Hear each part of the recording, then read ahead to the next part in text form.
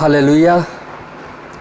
यीशु के नाम में आप सभी के जीवन में कृपा और शांति बढ़ती जाए और मैं आशा करता हूँ आप सभी जन खुश होंगे, सब ठीक ठाक होंगे।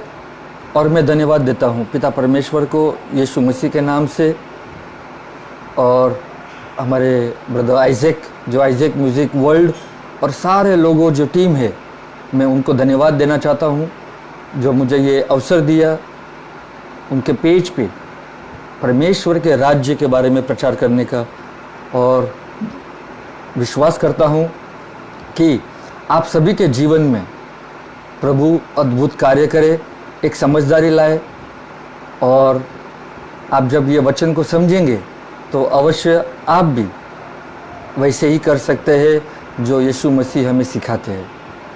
तो एक प्रार्थना करता हूँ।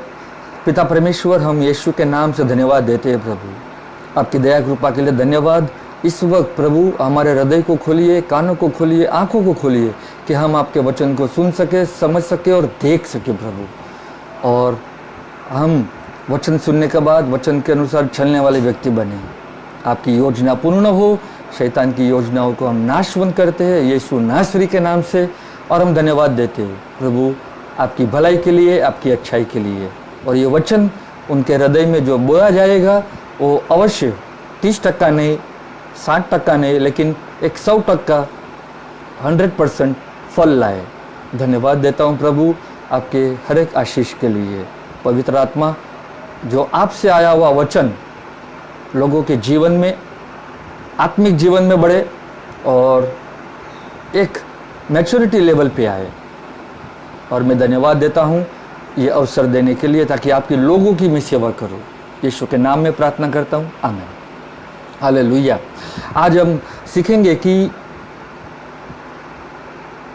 मिस्ट्रीज ऑफ द किंगडम क्या है।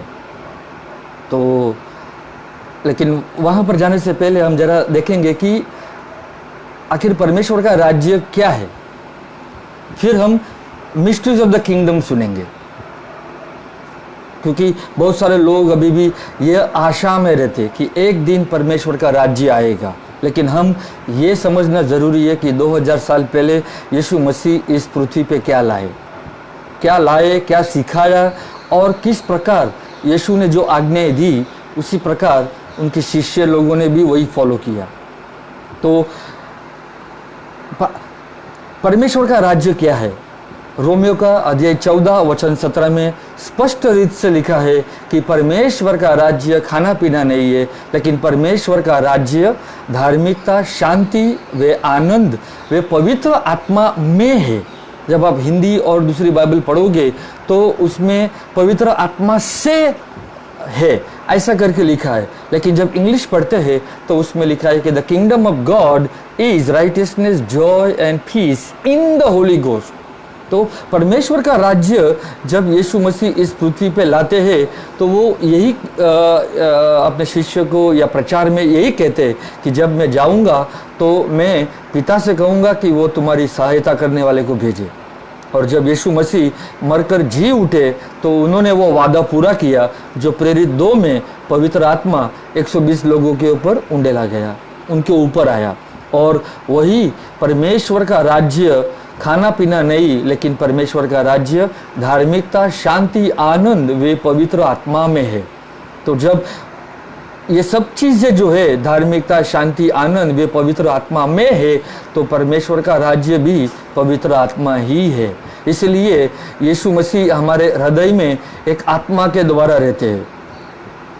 पवित्र आत्मा हमारे अंदर है, परमेश्वर हमारे हृदय में रहते हैं, तो फिर परमेश्वर का राज्य भी हमारे हृदय में है। और एक वचन लेंगे ताकि हमको ये कंफर्म हो जाए कि सचमुच परमेश्वर का राज्य हमारे हृदय में है। क्योंकि लूक का अध्याय 17 वचन 20 और 21 में ये कहते हैं, प्रभु कहते कि मतलब फरीसी उनसे पूछते हैं कि परमेश्वर का राज्य कैसे आएगा।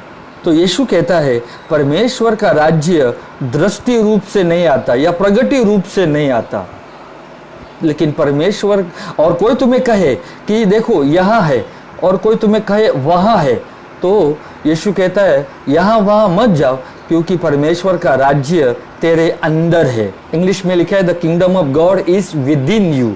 हिंदी और दूसरे बाइबल में पता नहीं, लेकिन हिंदी में ऐसा लिखा है कि परमेश्वर का राज्य तुम्हारे बीच में है। लेकिन इंग्लिश में हम लोग को सही ट्रांसलेशन मिलता है, क्योंकि वहाँ पे लिखा है कि kingdom of God is with in you. अगर फरूशी, सदुकी, स्क्राइब्स, शास्त्री लोग, अगर तुम विश्वास करो कि भरोसा रखोगे तो परमेश्वर का राज्य तेरे हृदय में आएगा, तेरे अंदर आएगा। तो ये दो वचन से हमें ये स्पष्ट रूप से पता चलता है कि प्रभु यीशु 2000 साल पहले परमेश्वर का राज्य लाए और परमेश्वर का राज्य का सुसमाचार उन्होंने प्रचार किया। तो जब देखते हैं कि जो सुसमाचार उन्होंने प्रचार किया मत्ती 4:17 में, कि यीशु उन दिनों से ये प्रारंभ किया यह कहना कि मन फिराओ क्योंकि परमेश्वर का राज्य निकट आ गया है। तो परमेश्वर का राज्य जब निकट आ गया है तो 2000 साल नहीं लगते परमेश्वर का राज्य इस पृथ्वी पे आने के लिए, क्योंकि एक राजा ही राज्य को इस पृथ्वी पे ला सकता है। और यीशु मसीह जब इस पृथ्वी पे आए तो उन्होंने वो राज्य के बारे में बताया और राज्य में क्या होना चाहिए वो सिखाया। अगर राज्य में ये चीज़ अब नहीं होती है तो हम कैसे विश्वास करें? क्योंकि बहुत सारे लोगों के जीवन में प्रभु यीशु ने चिन्ह चमत्कारों के द्वारा काम किए, कार्य किए। हम जब कोई भी बैकग्राउंड से थे तो हम बहुत सारी कष्ट कठिनाई से गुजर रहे थे, परेशानी से गुजर रहे थे या बीमारी में गुजर रहे थे, लेकिन जब यीशु मसीह ने हमें छुआ तो हमें चंगाई दिया, हमें हमारी परेशानी दूर की ताकि हम उनके ऊपर विश्वास करें। तो यीशु मसीह जब कहते हैं कि मन फिराओ क्योंकि स्वर्ग का राज्य या परमेश्वर का राज्य निकट आ गया है, तो मुझे मेरे मन के विचारों को बदलना है, क्योंकि जब विचारों को बदलूंगा तो आप राज्य के अनुसार सोच पाओगे। आप व्यवस्था या पाप की जिंदगी जैसे नहीं सोचोगे। हम पाप की जिंदगी से निकलकर परमेश्वर की जिंदगी अपनाना जरूरी है, क्योंकि यीशु आया जीवन देने और वो भी बहुतायत का जीवन। तो जो जीवन हमें प्रभु से मिला है वो जीवन हम उसके लिए समर्पित करें, हम उसके लिए जिए, ताकि हम जितने इस पृथ्वी पे जिएंगे उसके लिए हम उतना ही काम करते रहेंगे। हालेलुया। इसके लिए यीशु मसीह कहते हैं कि मन फिराओ, अपने मन के विचारों को बदलो, अपने मार्गों को बदलो, पिछला जिंदगी से निकलकर बाहर आइए। जो आप पहले जो जिंदगी जी रहे थे अभी वैसी जिंदगी आप नहीं जी सकते, क्योंकि अभी प्रभु यीशु ने हमें बहुत ही अच्छी और एक उच्च जिंदगी दी है, और वो जिंदगी मसीह ने उसके बलिदान से, उसके लहू बहाने से वो हमें मिली है। और वचन 23 में लिखा है कि यीशु मसीह गालील में फिरता हुआ जहाँ पर भी उनके आराधनालयों में उपदेश देता, मतलब प्रचार करता, और सारे लोगों की दुर्बलता और कमजोरियों को और बीमारियों को वो चंगा करता रहा। तो यहाँ पर हमें सीधा एक अच्छे से उदाहरण मिलता है कि यीशु मसीह ने जब राज्य का सुसमाचार प्रचार किया गलील में फिरते फिरता, और उसी वक्त उसने बीमारियों को भी चंगा किया और लोगों को की दुर्बलता को दूर करता रहा। हालेलुया। आज हम देखते हैं कि कलीसिया एक सामर्थ्यवान होनी चाहिए, लेकिन कलीसिया हम देखते हैं कि हम मतलब सामर्थ्यहीन है, दुर्बलता में है, कमज़ोर है। अगर कुछ भी परेशानी हम संसार में देखते हैं तो हम तुरंत एक उदास हो जाते हैं, हम अशांत हो जाते हैं। लेकिन वचन हमें मजबूत करता है, वचन हमें विश्वास दिलाता है, वचन हमें आशा देता है, और वचन हमें ये मसीह में रहने का एक मतलब अंदरूनी से यही आता है कि नहीं हमें ट्रस्ट रखना है, प्रभु के वचनों के ऊपर आशा रखना है, और प्रभु हमें कभी भी लज्जित होने नहीं देगा। इसीलिए यीशु मसीह जहाँ पर भी गए वहाँ पर यीशु मसीह ने चिन्ह चमत्कारों के द्वारा काम किए। और इसी प्रकार यीशु मसीह का जो राज्य है वो शारीरिक राज्य नहीं है। यीशु मसीह का राज्य शारीरिक राज्य नहीं है। अगर शारीरिक राज्य होता तो हम कहीं ना कहीं उनका शारीरिक राज्य होना चाहिए या फिजिकल किंगडम होना चाहिए, लेकिन प्रभु का आत्मिक राज्य है। क्योंकि यीशु मसीह कहते हैं यूहन्ना अध्याय 18 वचन 36 36, 37, 38 में इस प्रकार लिखा है। यीशु कहता है कि अगर मेरा राज्य इस संसार का होता तो मेरे लोग युद्ध करते या लड़ाई करते और मैं यहूदियों के हाथ सौंपा न जाता, लेकिन मेरा राज्य यहाँ का नहीं है। तो अगर यीशु मसीह का राज्य यहाँ का नहीं है तो मतलब किसी और जगह का है, मतलब वो एक दूसरा रैन का है, एक दूसरा आत्मिक जीवन का है वो। इसीलिए पिलातुस उसको पूछता है कि क्या तू राजा है? अभी आप देखिए कि यीशु मसीह जब पैदा हुआ तब वो राजा था। इसके लिए आप वहां पर वो वचन में लिखा है, मत्ती का अध्याय 2 में लिखा है कि यहूदियों का राजा जिसने जन्म लिया। तो यीशु जब पैदा हुआ तो उसी वक्त वो राजा था। वो जब बड़ा हुआ तो वो परमेश्वर का राज्य के बारे में सुसमाचार मतलब सुना रहा है, और जब वो क्रूस के मरने से पहले वो राज्य वहां पर लेके जा रहा है। और वहां पर पिलात से जब बातचीत होती है तो पिलात उसको पूछता है क्या तू राजा है? तो यीशु कहता है ये तू कहता है कि मैं राजा हूं। मतलब यीशु उस वचन के ऊपर एक स्ट्रेस कर रहा है, मतलब वहां पर एक वजन जैसा वो बोल रहा है कि पिलात ये तू कहता है कि मैं राजा हूं। और बाइबल बताती है मैं इसीलिए आया। तो यीशु मसीह किस लिए आए? यीशु मसीह इसलिए आए कि वो राजा है और वो राज्य को इस पृथ्वी पे ला सके। अभी मत्ती में जब कहते हैं कि स्वर्ग का राज्य, और बाकी सुसमाचारों में परमेश्वर का राज्य का वचन में ऐसा लिखा हुआ है। तो स्वर्ग का राज्य का अर्थ है अधिकार। स्वर्ग का राज्य क्या है? अधिकार, सामर्थ, मतलब अथॉरिटी, पावर, डोमिनियनशिप, रूलरशिप। तो राज करना है। तो यीशु मसीह यही सिखाए कि कैसे तू अधिकार में चले, कैसे तू सामर्थ्य में चले, कैसे तू डोमिनियन रखे, जहां पर तू जाए वहां पर मतलब क्या बोलते परमेश्वर का राज्य का डोमिनियनशिप हुए, और कैसे मेरा राज्य का रूपांतर होता है, मतलब कैसे मेरा राज्य का कार्य दिखाई देता है। जब मैं स्वर्ग का राज्य के बारे में बोलता हूं तो चिन्ह चमत्कार के द्वारा वो कार्य होता है। हालेलुया। तो उसी प्रकार यीशु कहते हैं कि मैं इस पृथ्वी पे इसलिए आया कि मैं राजा हूं और मैंने इसीलिए ही जन्म लिया है। और वहां पर यह भी लिखा है कि मैं इसलिए जन्म लिया क्योंकि मैं इस पृथ्वी पे सत्य की गवाही दूं। किसकी गवाही? सत्य की गवाही। और जो सत्य का है वो मेरे शब्द को या मेरे वचन को सुनता है। तो महत्व की बात है कि हमें सत्य के वचन सुनना है। हम बहुत सारे वचन सुनेंगे, लेकिन जो सत्य का नहीं है तो वो आपको बंधन मुक्त नहीं करेगा, क्योंकि बाइबल बताती है कि सत्य का जब हमें ज्ञान होता है और वही सत्य हमें क्या करता है? बंधन मुक्त करता है। तो सत्य क्यों तुम्हें बंधन मुक्त करना चाहता है? क्योंकि तुम्हें वो आदम ने जो पाप किया उससे वो बाहर निकालना चाहता है। और मूसा के द्वारा जो व्यवस्था आई, प्रभु वो व्यवस्था से भी तुम्हें बाहर लाना चाहता है, ताकि ये दोनों चीज से जब तुम बाहर आते हो तो अवश्य तुम्हें सत्य ही बंधन मुक्त करते हैं। और हम ये विश्वास में चलते हैं कि यीशु मसीह राजा है।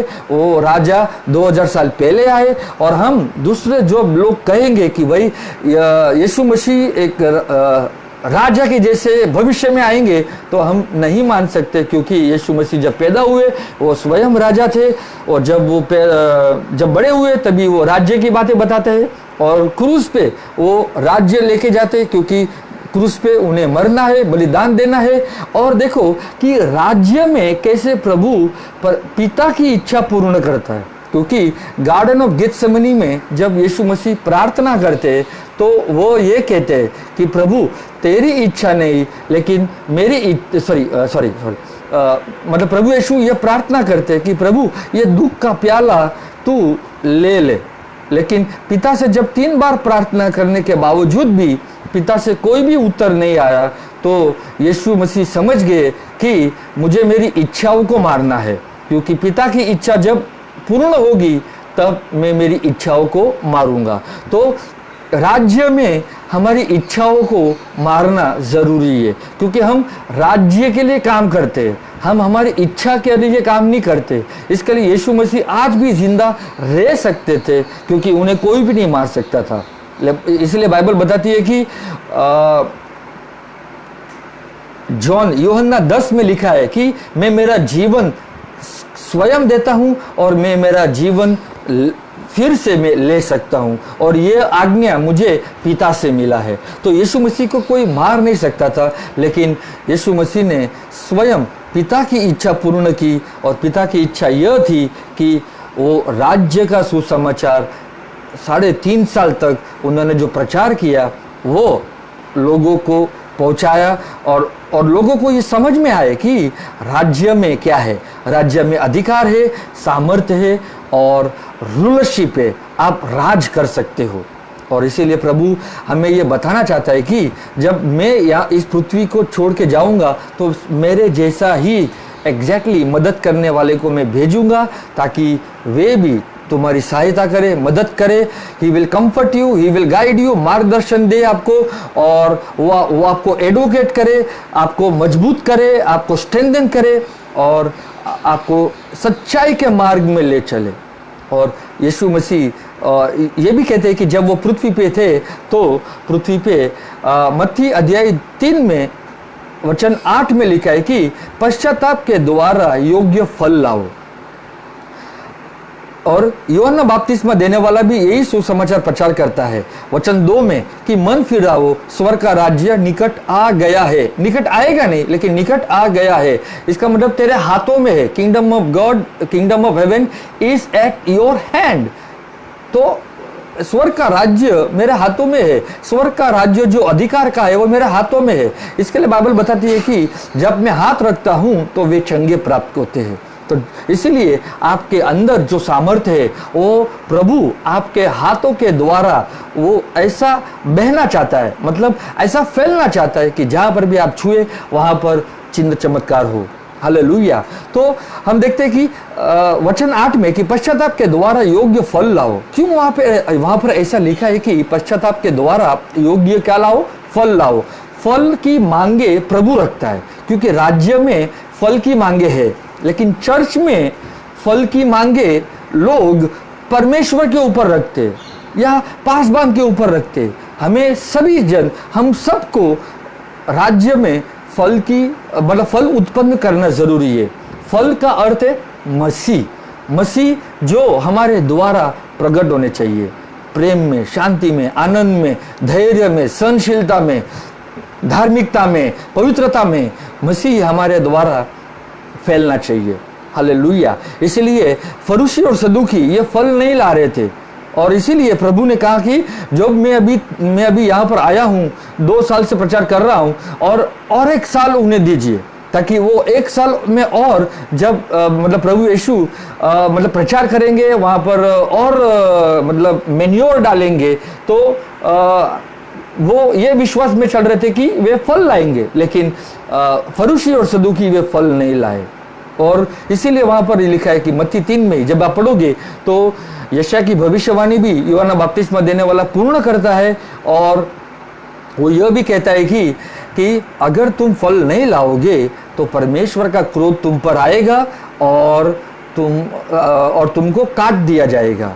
तो आज हम देखते हैं कि हमारे जीवन में कई बार हम स्ट्रगल होते फल उत्पन्न करने के लिए, लेकिन प्रभु हमें काटता नहीं है। क्यों? क्योंकि उसकी कृपा के द्वारा आप दया को समझोगे, उसकी दया के द्वारा आप प्रेम को समझोगे, और उसके प्रेम से ही हमें अंदर से प्रभु के लिए कार्य करने के लिए हम तैयार होते हैं। इसके लिए हम प्रभु से भी प्रेम करते हैं। बाइबल बताती है कि प्रभु ने तुमसे पहले प्रेम किया था कि तुम प्रभु को प्रेम करो। नहीं तो हम हर मनुष्य स्वार्थ है। हर मनुष्य कौन है? स्वार्थ है। और लेकिन प्रभु अपना निस्वार्थ का प्रेम हमारे हृदय में इसके लिए देता है ताकि हम प्रभु को प्रेम कर सके, और उसी प्रेम से हम दूसरे लोगों को भी प्रेम कर सके। हालेलुया। इसके लिए स्वर्ग का राज्य में, परमेश्वर का राज्य में फलों की मांगे है, फल की मांगे है, लेकिन कलीसिया में फल की मांगे नहीं है। हम बहुत सारे सुसमाचार प्रभु का सुनेंगे, लेकिन जब तक वो हम निर्णय नहीं लेंगे कि सचमुच मुझे बदलना है वचनों के द्वारा, एक राज्य के जैसा समझना है, सोचना है, तो आप अवश्य राज्य में एक राजा के जैसा चल पाओगे। हालेलुया। तो ये सब जो कि हम लोग देखते हैं कि परमेश्वर का राज्य क्या है, पवित्र आत्मा है। और पवित्र आत्मा कहाँ पर आता है, हमारे हृदय में। तो हम देखते हैं कि अभी परमेश्वर जो अपने राज्य के जो भेद है वो मतलब किस प्रकार खोलता है। तो हम जाएंगे वचन मत्ती का अध्याय 13 वचन 8 में, जो एक दृष्टांत है वहां पर लिखा है। मत्ती का अध्याय 13 वचन 8 में। और जब प्रभु कहता है कि मतलब वचन 1 से 7 वहां पे वो दृष्टांत के बारे में बताता है। और एक बीज बोने वाला बीज बोता है। तो बीज बोने वाला कौन है, यीशु मसीह। और बीज क्या है, प्रभु यीशु का वचन। हालेलुया। और जब वो बीज बोता है तो कुछ राह के किनारे गिरे, कुछ चट्टानी धरती पे गिरे, और कुछ कांटेली झाड़ियों में पड़े, और वचन 8 से हम पढ़ेंगे, और थोड़े बीज जो अच्छी धरती पर गिरे थे अच्छी फसल देने लगे। फसल जितना बोया गया था उससे कोई 30 गुना, 60 गुना या 100 गुना से भी ज्यादा हुई। हालेलुया। तो जब वचन हम देखते हैं कि जो बीज अच्छी धरती पर गिरे थे, हम भी एक प्रकार के धरती ही थे। इसके लिए बाइबल बताती है कि परमेश्वर ने आदि में स्वर्ग और पृथ्वी या भूमि या धरती का निर्माण किया। और धरती कैसी थी, अंधकार थी। वैसे हम भी अंधकार में ही थे। और जब प्रभु का वचन हमारे जीवन में आता है तो वो उजियाला लाता है। और उसी प्रकार कहता है कि अगर मेरा हृदय ग्रहण करने वाला है तो वो परमेश्वर का बीज हमारे हृदय में वो बोया जाएगा। और जब हम ग्रहण करते हैं और वो वचन बोया जाता है तो हम फल ला सकते हैं। और वहां पर लिखा है कि कुछ अच्छी फसल देने लगे। फसल जितना बोया गया था उससे कोई 30 गुना, 60 गुना और 100 गुना से भी ज्यादा हुई। हालेलुया। तो महत्व की बात है कि मतलब हम किस प्रकार से वचन को सुनते हैं और किस प्रकार वचन के अनुसार हम करते हैं।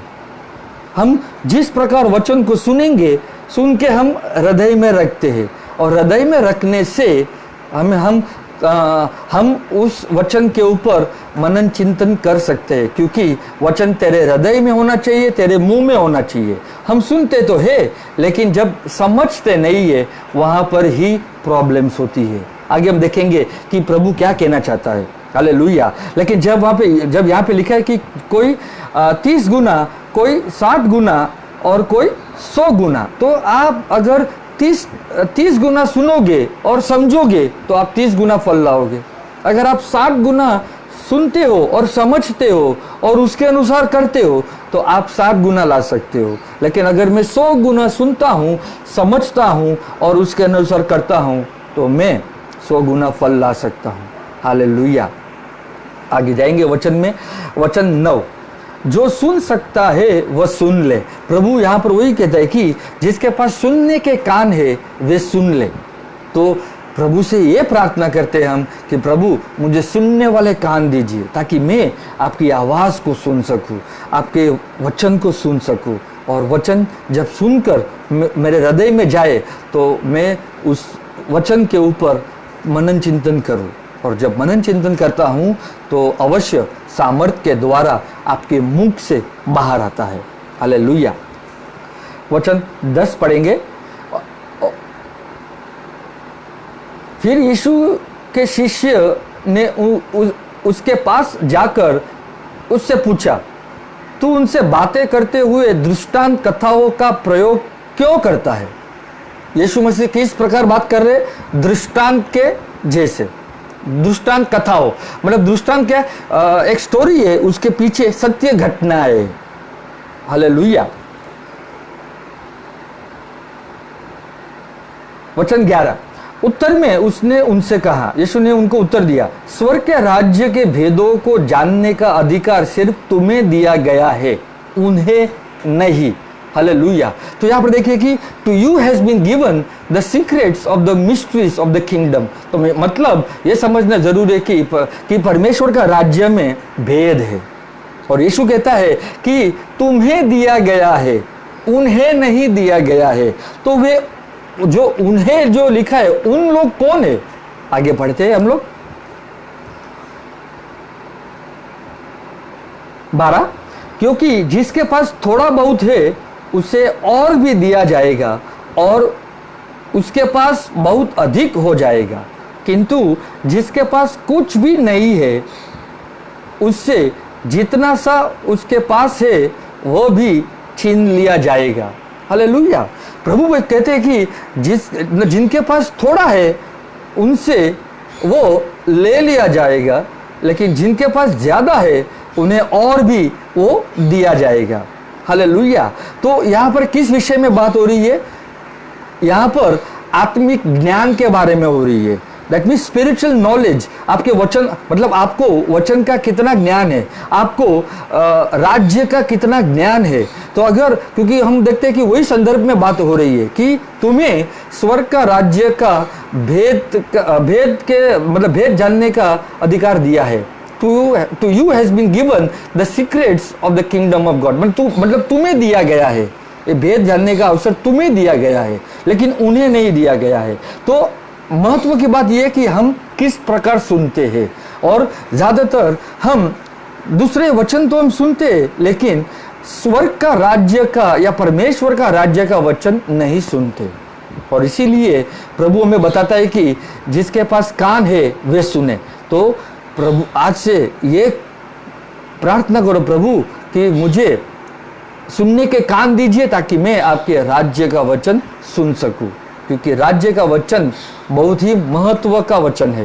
यीशु मसीह हमें वही सिखाने आया। अब देखिए 3.5 साल तक प्रभु यीशु मसीह डायरेक्टली अथवा इनडायरेक्टली राज्य के बारे में ही बताता है। हालांकि दूसरे सब सुसमाचार है, दूसरे मैसेजेस है, संदेश है, लेकिन वे सब एक भाग है। राज्य के क्या है? वे एक भाग है। हालेलुया। तो हमारे जीवन में भी एक ही लक्ष्य होना चाहिए कि हमें मतलब परमेश्वर का राज्य का ही सुसमाचार सुनाना जरूरी है। यीशु मसीह का भी वही फोकस था, यीशु मसीह का भी वही विजन था, वही मिशन था कि वो परमेश्वर का राज्य का वचन प्रचार करे, और वो भी चिन्ह चमत्कारों के द्वारा। हालेलुया। वचन 13 पढ़ेंगे। इसलिए मैं उनसे दृष्टांत कथाओं का प्रयोग करते हुए बात करता हूं, क्योंकि यद्यपि वे देखते हैं पर वास्तव में उन्हें कुछ दिखाई नहीं देता।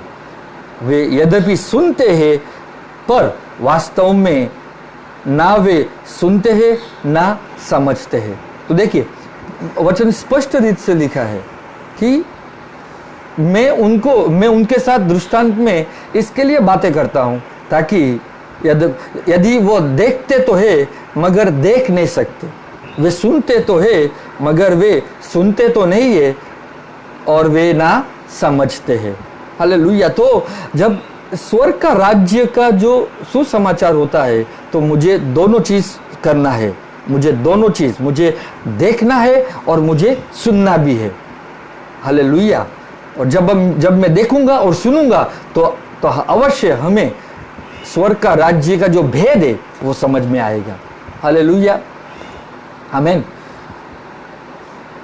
वचन 13 फिर से पढ़ेंगे। इसलिए मैं उनसे दृष्टांत कथाओं का प्रयोग करते हुए बात करता हूं। प्रभु क्यों उनसे दृष्टांत कथाओं में बात करता है? क्योंकि वही भविष्यवाणी यीशु मसीह की गई थी कि जब वो मुंह खोलेगा तो वो दृष्टांत कथाओं में वो बात करेगा। हालेलुया। और जब वो दृष्टांत कथाओं में बात करता है तो यीशु समझ रहा है वहां पर कि जब वो देखते तो है मगर देख नहीं पाएंगे, वह सुनते तो है मगर वे सुनेंगे नहीं, और ना ही वे समझेंगे। हालेलुया। क्यों नहीं वो देख सकते और वो क्यों नहीं सुन सकते हैं? आगे वचन 14 में, इस प्रकार उन पर यशायाह की यह भविष्यवाणी खरी उतरती है। तुम सुनोगे और सुनते ही रहोगे पर तुम्हारी समझ में कुछ भी न आएगा। तुम बस देखते ही रहोगे पर तुम्हें कुछ भी न सूझ पाएगा। हालेलुया। यहाँ पर यशायाह की भविष्यवाणी यीशु मसीह पूरा करता है, मतलब पूर्ण करते हैं। और वो क्या कहता है? यशायाह में ऐसे ही लिखा है कि वे देखेंगे तो सही मगर वो देख नहीं पाएंगे, वे सुनते तो है मगर वे सुनेंगे नहीं, और ना ही वे समझ पाएंगे। हालेलुया। और वो लिखा है यशायाह अध्याय 6 वचन 9 और 10 में लिखा है। वो क्यों नहीं देख सकते और वे क्यों नहीं सुन सकते? वचन 15। क्योंकि इनके हृदय जड़ता से भर गए, इन्होंने अपने कान बंद कर रखे हैं और अपनी आंखें मूंद कर रखी है, ताकि वे अपनी आंखों से कुछ भी ना देखे और वे कान से कुछ ना सुन पाए, या कि अपने हृदय से भी कभी ना समझे और कभी मेरा और मुड़कर आए, और जिससे मैं उनका उद्धार करूं। हालेलुया। प्रभु यहाँ पर हमें उसका उत्तर देता है। और वे क्यों नहीं सुन सके, वे क्यों नहीं देख सके? क्योंकि यीशु मसीह कहते हैं कि उनके हृदय क्या हो गए? कठोर हो गए। उनके कान कैसे हो गए? They have tightly closed, they have tightly closed their eyes. And इसलिए मतलब इसीलिए वो देख नहीं सकते। मतलब उन्होंने अपनी आंखों को इस प्रकार एकदम टाइटली बंद रखी है ताकि वे देखना नहीं चाहते। उन्होंने वो सुनना भी पसंद नहीं किया। मतलब उन्होंने अपने कान को क्या कर दिए? शट कर दिए कि मुझे नहीं सुनना है। अगर वो व्यक्ति ये कहता है कि मुझे ना तो देखना है ना तो सुनना है, तो प्रभु भी कुछ भी नहीं कर सकता। क्यों? क्योंकि उनका हृदय में समझदारी नहीं आएगी। और जब समझदारी नहीं आएगी तो वे मन कैसे फिर आए? वो मुड़कर प्रभु के पास क्यों आए? और जब प्रभु के पास नहीं आएंगे तो प्रभु उन्हें चंगाई नहीं कर सकता। तो प्रभु किस प्रकार चंगाई कर सकता है? अगर मैं मेरी आंखें को खोलूं, मतलब प्रभु ही खोलता है, लेकिन मैं वचन को मेरे हृदय में आमंत्रण करूं, मैं दरवाजा खोलूं। I will open my heart for the spirit of God. मैं मेरा हृदय को खोलूंगा ताकि परमेश्वर का आत्मा जो वचन लाता है मैं देख सकूं और वो सुन सकूं। और अगर मैं सुनता हूं तो प्रभु समझदारी भी लाएगा। ये सब कुछ प्रभु करता है, लेकिन प्रभु हमारे हृदय को देखता है। महत्व की बात वहां पर यह आती है कि हमारे हृदय में वो समझदारी नहीं आती है। तो सबसे पहले हृदय में क्या आनी चाहिए? समझदारी आनी चाहिए। और जब हम समझते हैं तो बहुत सारा चीज़ प्रभु खोलना शुरू कर देता है। हालेलुया। तो यशायाह की भविष्यवाणी यीशु जब आता है तो वो पूरी करता है। यीशु इज़राइली लोगों को चंगाई करना चाहता है। किस प्रकार? कि भाई मैं स्वर्ग का राज्य का भेद तुम्हें बताता हूँ। इसलिए भेद की बातें वो उन्हें दी गई, मतलब उन्हें नहीं दी गई है कि किनको? जो रिलीजियस लोग हैं, जो फरूशी, सदूकी, स्क्राइब्स, प्रीस्ट जो थे वे लोग, वो उन्हें नहीं दी गई है। क्यों? क्योंकि उनका हृदय कठोर हो चुका है और उनके कान मतलब नहीं सुनते। They are very much dull of hearing. वो उनके कानों से नहीं सुन पा रहे। भले सुनते हैं लेकिन नहीं सुन पा रहे। देखते तो है मगर नहीं देख सकते। इसलिए प्रभु हमें ये सिखाते हैं कि स्वर्ग का राज्य में दोनों चीज़ें, एक देखना और दूसरा सुनना। हालेलुया। वचन हम जरा और आगे जाएंगे, वचन 16 में जाएंगे। किंतु तुम्हारी आंखें और तुम्हारे कान भाग्यवान है, क्योंकि वे देख और सुन सकते हैं। हालेलुया। प्रभु कहता है कि धन्य है वे तेरी आंखें जो क्या बोला? धन्य है तुम्हारी आंखें और तुम्हारे कान। तो प्रभु कहता है धन्य है वे तुम्हारी आंखें और तुम्हारे कान, क्योंकि वे देख सकते हैं और वे सुन सकते हैं। इसके लिए जो शिष्य थे और जो दूसरे लोग भी जो थे, वे देखते तो है, वो देख सकते थे, और सुनते भी है तो वो सुन भी सकते थे। हालेलुया। इसके लिए यीशु कहता है धन्य है वो। हालेलुया। इसके लिए हमारे कान और हमारी आँख, हमारे हृदय को हमें प्रभु के वचन के लिए आमंत्रण करना है, खुले रखना है, ताकि हम खुले रखेंगे तो प्रभु का वचन बोया जाएगा। हालेलुया। और बोने के बाद प्रभु ही समझदारी लाएगा आत्मा के द्वारा। और जब समझदारी आएगी तो सामर्थ भी आएगा। हालेलुया। 17, मैं तुमसे सत्य कहता हूं, बहुत से भविष्यवक्ता और धर्मात्मा जिन बातों को देखना चाहते थे उन्हें तुम देख रहे हो, वे उन्हें नहीं देख सके, और जिन बातों को वे सुनना चाहते थे उन्हें तुम सुन रहे हो, वे उन्हीं नहीं सुन सके। हालेलुया। प्रभु कहता है कि बहुत सारे लोग नबी और धार्मिकता, that means many profits and many righteous man, वो देखना चाहते थे लेकिन वो देख नहीं सके। वे सुनना चाहते थे मगर वे सुन नहीं सके। तो किसके विषय में? कि इसके लिए यीशु कहता है कि धन्य है तुम लोग जो अभी मैं जो कहता हूं वो तुम सुन रहे हो, और जो मैं तुम्हें दिखा रहा हूं वो तुम देख सकते हो। हालेलुया। इसके लिए फरीसी सदूकी वो कभी भी फल नहीं लाए, और हमेशा उन्होंने परमेश्वर के राज्य के दरवाजे बंद किए, और इसीलिए यीशु को कहना पड़ा कि तुम स्वयं राज्य में नहीं जा रहे हो और तुम दूसरों को भी जाने नहीं देते हो। तो राज्य में कहाँ पर प्रवेश करते हो? राज्य में मैं पृथ्वी पे करता हूँ प्रवेश।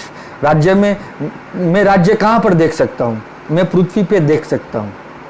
मैं स्वर्ग में जाने के बाद नहीं देखूंगा, क्योंकि स्वर्ग में जाने के बाद सब कुछ परफेक्शन है, मैं सब कुछ प्रभु के साथ रहता हूँ। लेकिन पृथ्वी पे यीशु मसीह परमेश्वर का राज्य लाए ताकि वो परमेश्वर का राज्य स्थापना करे, और फिर वो हृदय में आता है परमेश्वर का राज्य ताकि तुम्हारे हृदय पे प्रभु स्थापना कर सके। हालेलुया। इसलिए मुझे पवित्र आत्मा को अधिकार देना चाहिए कि प्रभु मेरे हृदय पे तुम क्या करो? राज करो। ये मेरा हृदय नहीं, ये मेरा जीवन नहीं है, ये प्रभु का जीवन है। तो मैं प्रभु के वचन के लिए मैं दरवाजा खोला रखूं।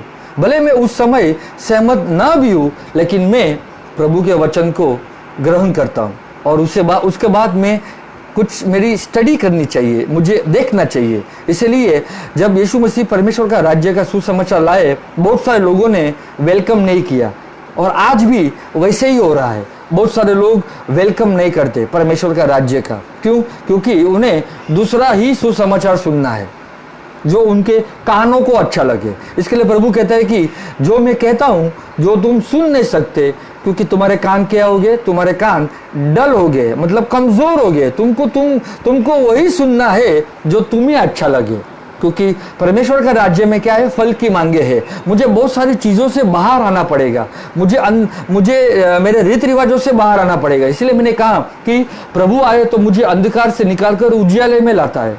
क्यों लाता है? ताकि मैं अंधकार में वापस ना जाऊं, मैं पाप में ना जाऊं, मैं मूसा की व्यवस्था में ना जाऊं, ताकि मैं उस दोनों चीज से जब बाहर आ जाता हूं तो अवश्य मैं मसीह में रहकर एक आजादी महसूस करता हूं। और प्रभु हमें वही आजादी देने आया। किससे?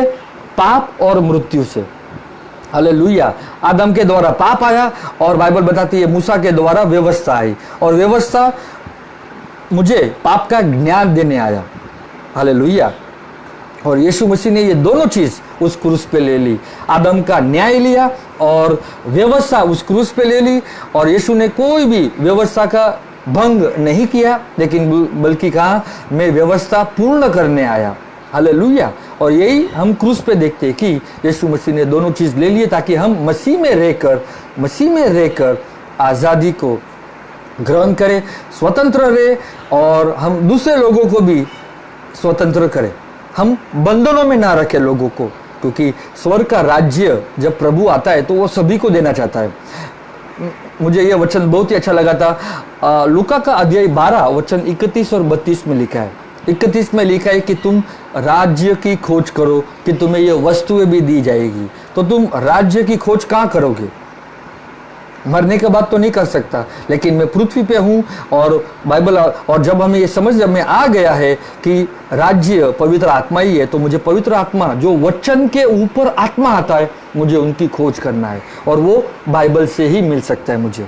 हालेलुया। और वचन 32 में लिखा है कि छोटे झुंड मत डर, क्योंकि तुम्हारे पिता को यह भाया है कि वो तुम्हें क्या दे? राज्य दे। तो परमेश्वर की इच्छा क्या है? कि वो तुम्हें राज्य दे। राज्य क्यों दे? ताकि तुम राज करो। इसीलिए हम जब सांसारिक थे, पृथ्वी पे रहते थे, तो हम हमारे परेशानी, तकलीफों, बीमारी, रोग के ऊपर विजय प्राप्त नहीं कर सकते थे। लेकिन जब हम मसीह में आए तो मसीह ने हमें पवित्र आत्मा दिया और सामर्थ दिया, ताकि हम दोनों से अधिकार दिया वचन बोलने के लिए, ताकि हम पृथ्वी की समस्याओं के ऊपर क्या करे, विजय प्राप्त करे। हालेलुया। इसलिए छोटे जुड़ मत डर, क्योंकि पिता को यह भाया है कि वो तुम्हें क्या दे, राज्य दे। राज्य इसके लिए दे ताकि तुम राज करो। और परमेश्वर यहाँ पे बताता है कि जो भेद राज्य का है वो तुम्हें दिया गया है, उन्हें नहीं दिया गया है। तो हम धार्मिक हम रिलीजियस ना बने, हम धार्मिक ना बने, हम धर्म के लोग ना रहे, हम रीति रिवाज में ना जाए। हम जो लोग मतलब कई सालों से जो चीज़ हम सुनते आ रहे, तो हम वचन से हम चेक करें, वचन से वचन मिलाकर हम देखें, ताकि हम वचन से वचन मिलाएंगे, हमें रेवलेशन मिलेगा। हालेलुया। इसलिए यीशु मसीह राज्य का सुसमाचार मतलब प्रचार कर रहे, साथ साथ में चिन्ह चमत्कार कर रहे। और हम देखते हैं कि आज भी बहुत सारे लोग चिन्ह चमत्कारों में विश्वास नहीं करते। तो फिर राज्य का कोई अर्थ नहीं है। अगर राजा है तो राज्य भी है, और वो राज्य में क्या है, अधिकार है। तो राज्य में जब अधिकार दिया है प्रभु ने वचन बोलने के लिए, ताकि आप अपने जीवन में जो कुछ प्रार्थना में मांगो अवश्य आपको मिले। प्रभु की इच्छा है कि वो आपको आशीष देना चाहता है। हालेलुया। तो हमें उसके जो भेद है वो अवश्य जानना जरूरी है। और वो भेद है क्या है, mysteries of the kingdom equals seeing and hearing. मतलब जो स्वर्ग का राज्य का जो भेद है वो दो चीज के ऊपर है, एक देखो और दूसरा सुनो। परमेश्वर का राज्य हम पृथ्वी पे देख सकते हैं। हालेलुया। और वचन जरा और हम आगे थोड़ा आगे जाएंगे।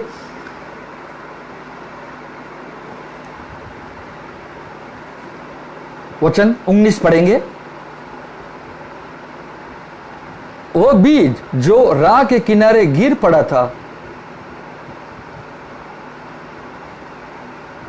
उसका अर्थ है कि जब कोई स्वर्ग के राज्य का सुसंदेश सुनता है। हालेलुया। वह बीज जो राह के किनारे गिर पड़ा था, उसका अर्थ है कि जब कोई स्वर्ग के राज्य का सुसंदेश सुनता है और उसे समझता नहीं है, तो दुष्ट आकर उसके मन में जो उगा था उसे उखाड़ ले जाता है। हालेलुया। जो कोई राज्य का वचन सुनता है और सुनकर नहीं समझता, तो वे दुष्ट आकर तुरंत उखाड़ कर क्या करता है, वो ले जाता है।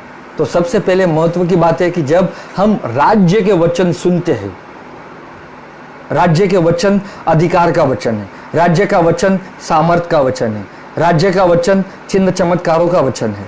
और जब मैं ये वचन को सुनता हूँ राज्य का और मैं नहीं समझता, तो दुष्ट तुरंत आता है और वो छीन ले जाता है। और वो कहाँ से छीन ले जाता है, जो हृदय में बोया गया था। हालेलुया। तो हम जरा वचन से वचन मिलाकर देखेंगे कि प्रभु वहाँ पर आखिर क्या कहना चाहता है।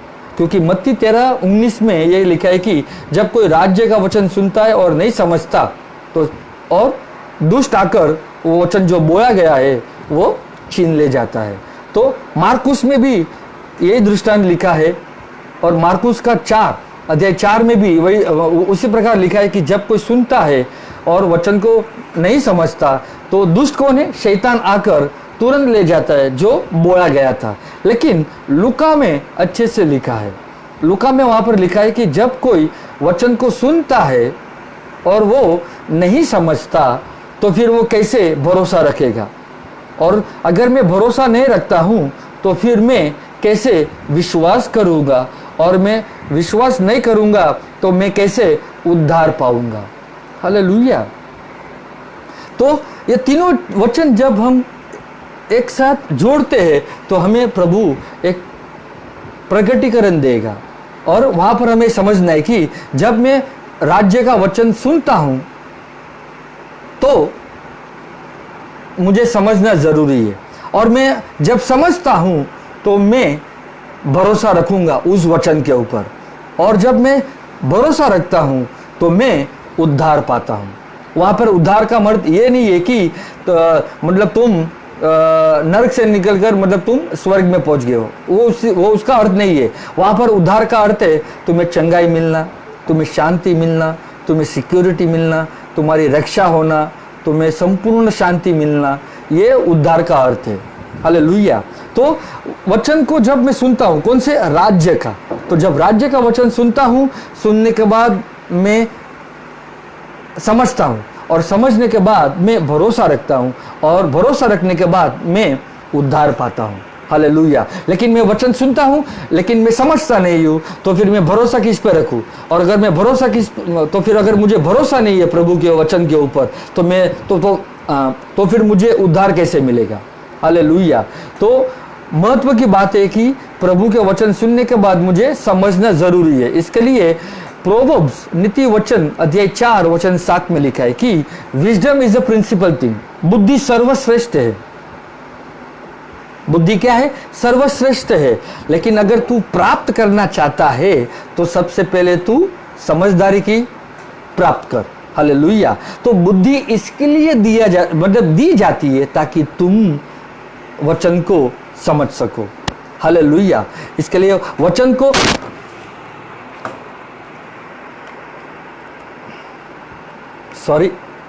हालेलुया। इसलिए वचन को समझना बहुत ही जरूरी है क्योंकि वो राज्य का वचन है। इसके लिए शैतान ये नहीं चाहता है कि वो राज्य के वचन तुम समझो। क्यों? अगर तुम राज्य के वचन समझोगे तुम अधिकार में चलोगे, सामर्थ्य में चलोगे और तुम शैतान के कामों को क्या करोगे? नष्ट करोगे। इसके लिए शैतान ये नहीं चाहता है कि तुम राज्य के वचन को सुनो। इसके लिए बहुत सारे लोग चिन्ह चमत्कारों में विश्वास नहीं करते। They don't believe in the miracles. They say miracles are passed away with the apostles. मतलब वो ये कहते हैं कि चिन्ह चमत्कार वो जो उसके अपोस्टल थे उसके साथ ही समाप्त हो गए। हालेलुया। लेकिन मैं ये कहना चाहता हूँ कि सबसे बड़ा मिरेकल, भले आपके शरीर में चंगाई नहीं भी आई लेकिन आपके हृदय में एक परिवर्तन आया। वो क्या चमत्कार नहीं है? क्योंकि आपने यीशु मसीह को ग्रहण किया। आप कौन से बैकग्राउंड से थे और आप बाहर आए और मसीह में विश्वास किया। क्यों किया? क्योंकि एक अंदरूनी एक परिवर्तन हुआ, एक चमत्कार हुआ। जो अंधकार में थे वो उजियाला आया। तो हम ये बिल्कुल नहीं कह सकते कि भाई मैं चमत्कार में विश्वास नहीं करता हूँ, लेकिन हम सबसे पहले स्थान प्रभु के वचन को दे और वचन के द्वारा ही चिन्ह चमत्कार होगा। प्रभु ने कभी भी मिरेकल्स को बढ़ावा नहीं दिया, चंगाई को बढ़ावा नहीं दिया। प्रभु ने पिता के वचन को बढ़ावा दिया और उसके द्वारा ही चिन्ह चमत्कार हुए। हालेलुया। तो हम भी हमारे जीवन में प्रभु के वचन जो उसके राज्य का है वो बढ़ावा दे और उसके द्वारा अवश्य हम भी देखेंगे चिन्ह चमत्कार हमारे जीवन में। हालेलुया। वचन में देखेंगे और आगे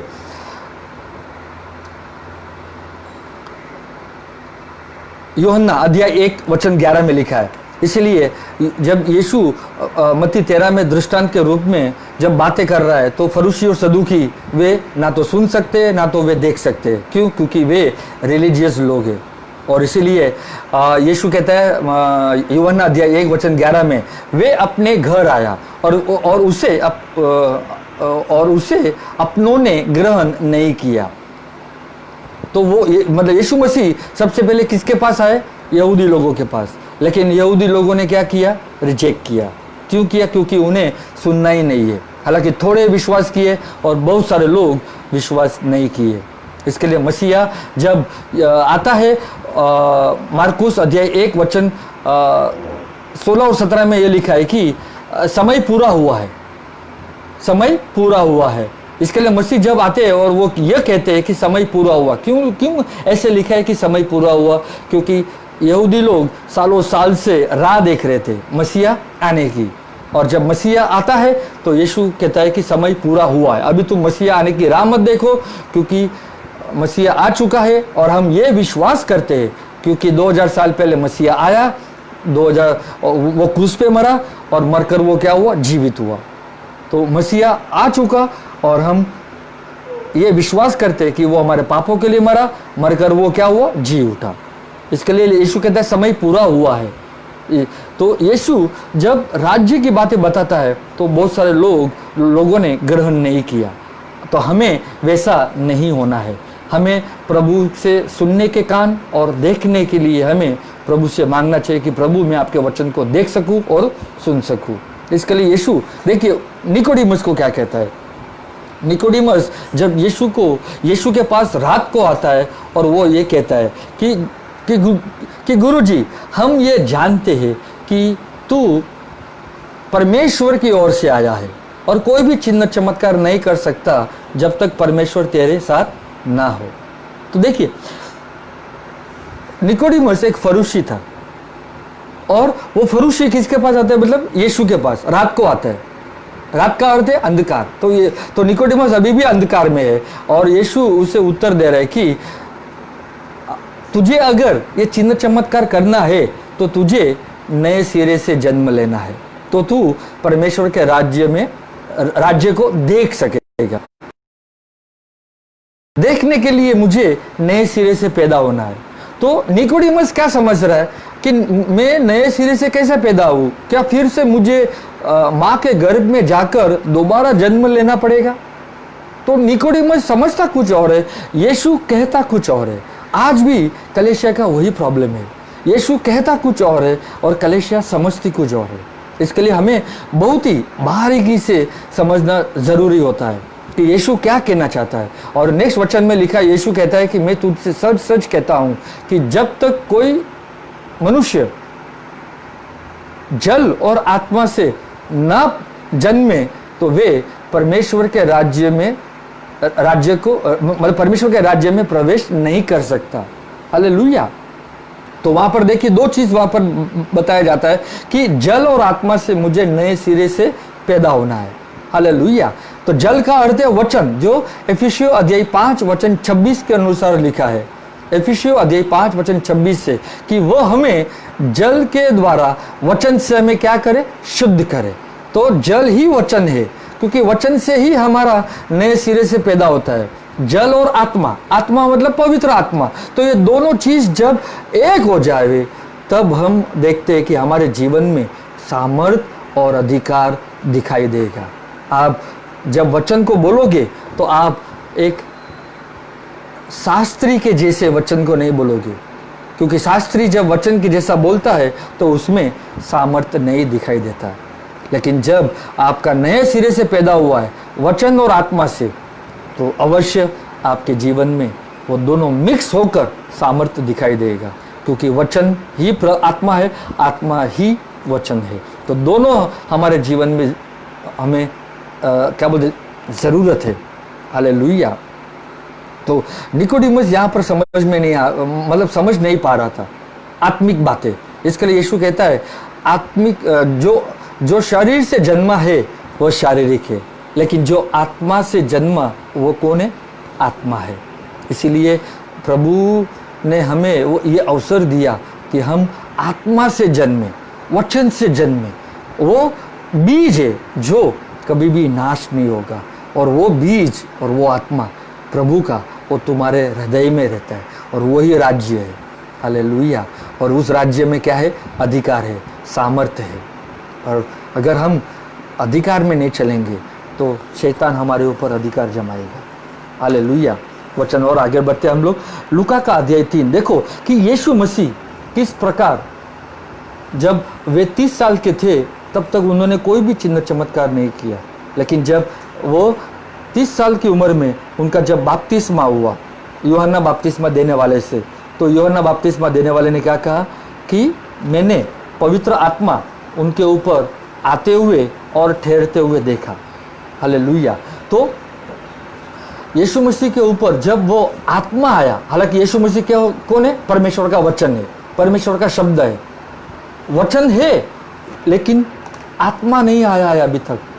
तो वचन के ऊपर जब आत्मा आया तब यीशु मसीह लूका 4 में प्रचार करना शुरू किया। चिन्ह चमत्कार देखने हमें मिले। हालेलुया। तो ये बहुत ही महत्व वाली बात है आज। जब हमारे जीवन में भी पवित्र आत्मा जब आया तब हमने सामर्थ पाया, अधिकार आया, और हम सामर्थ और अधिकार में चल सकते हैं। हालेलुया। हम देखेंगे लूका का अध्याय 4 वचन 1 पढ़ेंगे। लूका का अध्याय 4 वचन 1। पवित्र आत्मा से भावित होकर यीशु यरदन नदी से लौट आया। आत्मा उसे वीराने में राह दिखाता रहा। That means he was led by the spirit into the wilderness. वो आत्मा के द्वारा वो वीरोने में, या मतलब वो विल्डरनेस में आत्मा उन्हें क्या लेके गए। वचन 14, फिर आत्मा की शक्ति से पूर्ण होकर यीशु गालिल लौट आया और उस सारे प्रदेश में उसकी चर्चाएं फैलने लगी। हालेलुया। तो मतलब तो देखिए कि आत्मा, that he was led by the spirit into the wilderness. और वचन 14 में जब वो वापस आता है, विल्डरनेस से वापस आता है, तो वो सामर्थ के साथ आता है। हालेलुया। फिर आत्मा की शक्ति से पूर्ण होकर यीशु गालिल लौट आया। वो आत्मा की शक्ति से पूर्ण होकर वो कहां पर आया? गालिल में आया। और इसीलिए गालिल में जब आया यीशु, परमेश्वर का राज्य का सुसमाचार जब सुनाता है, तो वो गालिल में फिरता हुआ, कहां पर? गालिल में फिरता हुआ वो आराधनालयों में उपदेश देता है। क्या उपदेश देता है? कि स्वर्ग का राज्य आ गया है, और स्वर्ग का राज्य में वो प्रचार कर रहा है और सिखा रहा है। He was preaching and teaching, दोनों कर रहा है, और चिन्ह चमत्कार भी कर रहा है। हालेलुया। वचन 18 पढ़ेंगे, ओके 17 पढ़ेंगे। तो यशायाह नबी की पुस्तक उसे दी गई। उसने जब पुस्तक खोली तो उसे वो स्थान मिला जहां लिखा था। ये कस्टम था कि जो पुस्तक है वो मतलब खुलनी चाहिए। और यीशु जब आता है बपतिस्मा लेकर, और फिर 4 में आत्मा के द्वारा वो विल्डरनेस में जाता है, 14 में वो सामर्थ के साथ आता है, और वचन 17 में यशायाह की जो भविष्यवाणी है वो पुस्तक खोलता है। और वो जब पुस्तक खोलता है तो वहां पर ये भविष्यवाणी लिखी गई थी। और वो लिखा था क्या? वचन 18, प्रभु की आत्मा मुझ में समाया है, उसने मेरा अभिषेक किया है ताकि मैं दिनों को सुसमाचार सुनाऊं।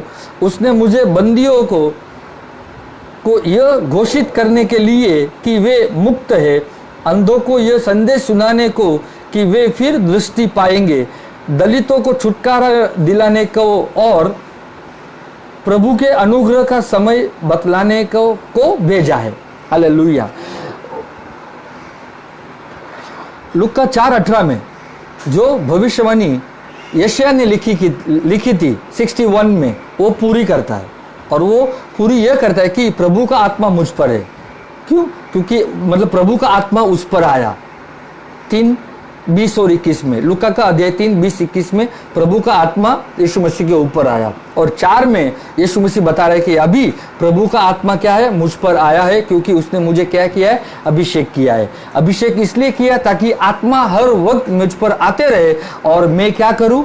गरीबों को सुसमाचार सुनाऊं, बंदियों को छुड़ाऊं, जो कुचले हुए हैं उन्हें मैं छुड़ाऊं, और जो प्रिजन में है ताकि मैं उनको छुटकारा दूं, जो बंधनों में है वो मैं क्या करूं? उन्हें छुटकारा दूं, जो बीमार है मैं उन्हें चंगाई करूं, जो दुष्ट आत्मा से जकड़े हुए हैं मैं उन्हें दुष्ट आत्माओं से बाहर निकालूं, और ये प्रभु का नए वर्ष की मैं घोषणा करूं।